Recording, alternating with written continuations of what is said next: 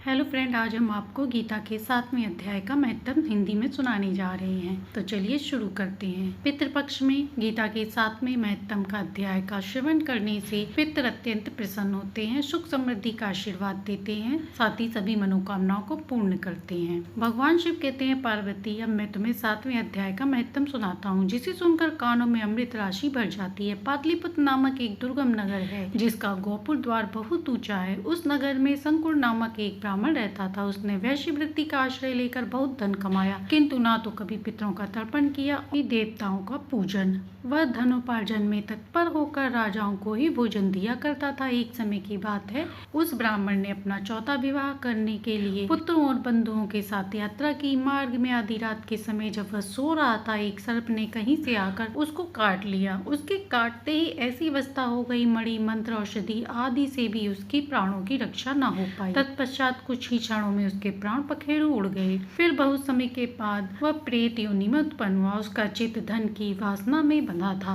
उसने पूर्व वृतांत को स्मरण करके सोचा, मैंने जो घर के बाहर करोड़ों की संख्या में धन गाड़ा है, इससे इन पुत्रों को वंचित करके स्वयं ही उसकी रक्षा करूंगा। एक दिन सांप की योनि से पीड़ित होकर पिता ने स्वप्न में अपने पुत्रों के समक्ष आकर अपना मनोभाव बताया। तब उसके निर्कुंश पुत्रों ने सवेरे उठकर बड़े स्नेह के साथ एक दूसरे से स्वप्न की बात कही। उनमें से मझला पुत्र कुदाल हाथ में लिए घर से निकला और जहाँ उसके पिता सर्प योनि धारण करके रहते थे, उस स्थान पर गया। यद्यपि उसे धन के स्थान पर ठीक तो पता नहीं था, फिर भी उसने चिन्ह से उसका पता लगाया और लोभ बुद्धि से वहां पहुंचकर बामनी को खोदना आरंभ कर दिया। उस बामनी से बड़ा भयंकर सांप प्रकट हुआ और वह बोला, ओ मूढ़, तू कौन है, किस लिए यहाँ आया है और क्यों बिल खोद रहा है? तुझे यहाँ किसने भेजा है? ये सारी बात मेरे सामने बता। पुत्र बोला, मैं आपका पुत्र हूँ, मेरा नाम शिव है। मैं रात्रि में देखे हुए स्वप्न से विस्मृत होकर यहाँ स्वर्ण लेने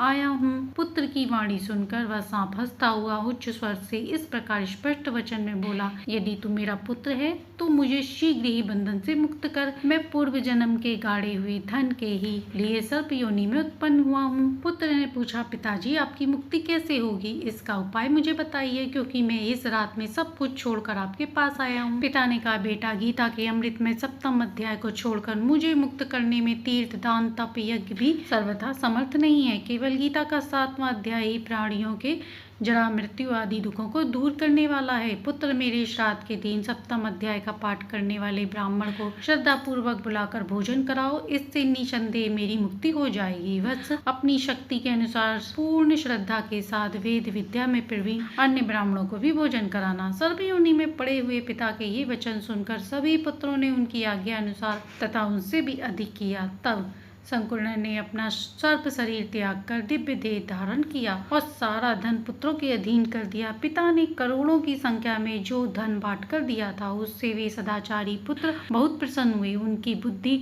धर्म में लगी हुई थी, इसलिए उन्होंने बावली, कुआं, पोखर, यज्ञ तथा देव मंदिर के लिए धन का उपयोग किया और अन्नशाला भी बनवाई। तत्पश्चात 7वें अध्याय का सदा जप करते हुए उन्होंने मोक्ष को प्राप्त किया। हे पार्वती, यह मैंने तुम्हें 7वें अध्याय का महत्व बताया है, जिसके श्रवण मात्र से मानव सब पातकों से मुक्त हो जाता है। आइए अब इसी के साथ सुनते हैं 7वां अध्याय। श्री भगवान बोले, हे पार्थ, अनन्य प्रेम से मुझसे आसक्त तथा अनन्य भाव से मेरे परायण होकर योग में लगा हुआ तू जिस प्रकार से संपूर्ण विभूति, बल, ऐश्वर्य आदि गुणों से युक्त सबके आत्मस्वरूप मुझको संशय रहित जानेगा, उसको सुन। मैं तेरे लिए इस विज्ञान सहित तत्व ज्ञान को संपूर्णतया कहूँगा, जिसको जानकर संसार में फिर और कुछ भी जानने के लिए नहीं रह जाएगा। हजारों मनुष्य में कोई एक मेरी प्राप्ति के लिए यत्न करता है और उन यत्न करने वाले योगियों में भी कोई एक मेरे परायण होकर मुझको तत्व से यथार्थ रूप में जानता है।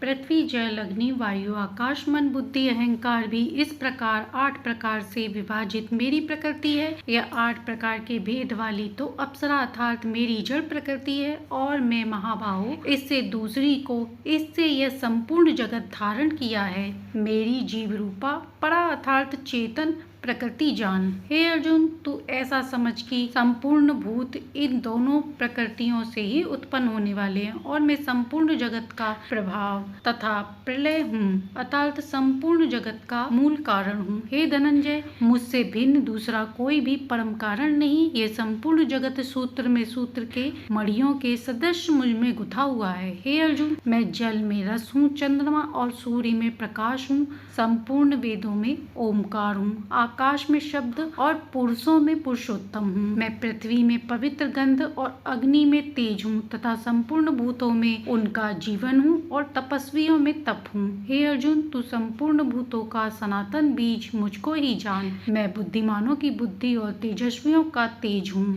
हे भारत श्रेष्ठ, मैं बलवानों का आसक्त और कामनाओं से रहित बल अर्थात सामर्थ्य हूँ और सब भूतों में धर्म के अनुकूल अर्थात शास्त्र के अनुकूल काम हूँ। और भी जो सत्व गुण और उत्पन्न होने वाले भाव हैं और जो रजोगुण से तथा तमोगुण से होने वाले भाव हैं, उन सब को तू मुझसे ही होने वाले ऐसा जान, परंतु वास्तव में उसमें मैं और वे मुझ में नहीं है। गुणों के कार्य रूप सात्विक, राजस और तामस, इन तीनों प्रकार के भावों से यह संसार प्राणी समुदाय मोहित हो रहा है। इसलिए इन तीनों गुणों से परे मुझ अविनाशी को ही नहीं जानता, क्योंकि यह अलौकिक अर्थात अति अद्भुत त्रिगुणमयी मेरी माया बड़ी दुस्तर है। परंतु जो पुरुष केवल मुझको ही निरंतर भजते हैं, वे इस महामाया को उल्लंघन कर जाते हैं अर्थात संसार से तर जाते हैं। माया के द्वारा जिसका ज्ञान हारा जा चुका है, ऐसे आसुर स्वभाव को धारण किए मनुष्यों में नीच दूषित कर्म वाले गूढ़ लोग मुझको नहीं भजते। हे भारतवंशियों में श्रेष्ठ अर्जुन, उत्तम कर्म करने वाले अर्थात जिज्ञासु और ज्ञानी, ऐसे 4 प्रकार के भक्तजन मुझको भजते हैं। उनमें नित्य मुझमें एक ही भाव से स्थित अनन्य प्रेम भक्ति वाला ज्ञानी भक्त अति उत्तम है, क्योंकि मुझको तत्व से जानने वाले ज्ञानी को मैं अत्यंत प्रिय हूँ और वह ज्ञानी मुझे अत्यंत प्रिय है। ये सभी उदार हैं, परंतु ज्ञानी तो साक्षात मेरा स्वरूप ही है, ऐसा मेरा मत है, क्योंकि वह मदगत मन बुद्धि वाला ज्ञानी भक्त अति उत्तम गति स्वरूप मुझ में ही अच्छी प्रकार स्थित है। बहुत जन्मों के अंत के जन्म में तत्व ज्ञान को प्राप्त पुरुष सब कुछ वासुदेव ही हैं। इस प्रकार मुझको भजता है वह महात्मा अत्यंत दुर्लभ है।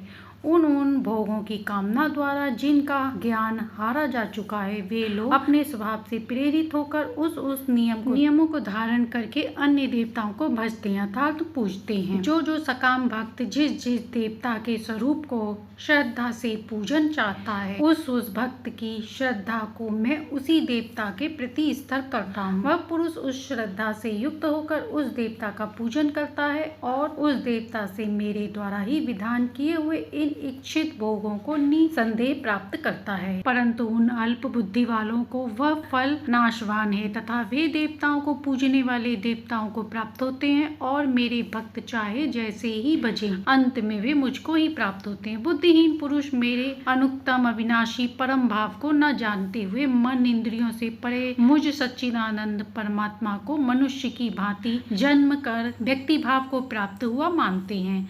अपनी योग माया में छिपा हुआ मैं सबके प्रत्यक्ष नहीं होता, इसलिए यह ज्ञानी जन समुदाय मुझ जन्म रहित अविनाशी परमेश्वर को नहीं जानता अर्थात मुझको जन्मने मारने वाला समझता है। हे अर्जुन, पूर्व में व्यतीत हुए और वर्तमान में स्थित तथा आगे होने वाले सब भूतों को मैं जानता हूँ, परंतु मुझको कोई भी श्रद्धा भक्ति रहित पुरुष नहीं जानता। हे भारतवंशी अर्जुन, संसार में इच्छा और द्वेष से उत्पन्न सुख दुखादि द्वंद्व रूप मोह से संपूर्ण प्राणी अत्यंत अज्ञता को प्राप्त हो रहे हैं, परंतु निष्काम भाग से श्रेष्ठ कर्मों का आचरण करने वाले जिन पुरुषों का पाप नष्ट हो गया है, वे राग द्वेष जनित द्वंद्व रूप मोह से मुक्त दृढ़ निश्चयी भक्त मुझको सब प्रकार से भजते हैं। जो मेरे शरण होकर जरा और मरण के छूटने के लिए यत्न करते हैं, वे पुरुष उस ब्रह्मा को, संपूर्ण आध्यात्म को, संपूर्ण कर्म को जानते हैं। जो पुरुष अधिभूत और अधिदेव के रहित तथा अधियज्ञ के सहित सबका आत्मरूप मुझ में अंतकाल में भी जानते हैं, वे युक्त चित्त वाले पुरुष मुझे जानते हैं अर्थात मुझे प्राप्त हो जाते हैं। इस प्रकार उपनिषद ब्रह्म विद्या तथा योग शास्त्र रूप श्री भगवद गीता के श्री कृष्ण अर्जुन संवाद में ज्ञान विज्ञान योग नामक 7वां अध्याय संपूर्ण हुआ। पितृपक्ष में इस अध्याय का श्रवण करने से पितरों के साथ साथ विष्णु भगवान की विशेष कृपा प्राप्त होती है, समस्त मनोकामनाएं पूर्ण होती है। यदि हमारा ये पाठ अच्छा लगा हो तो लाइक शेयर सब्सक्राइब करें।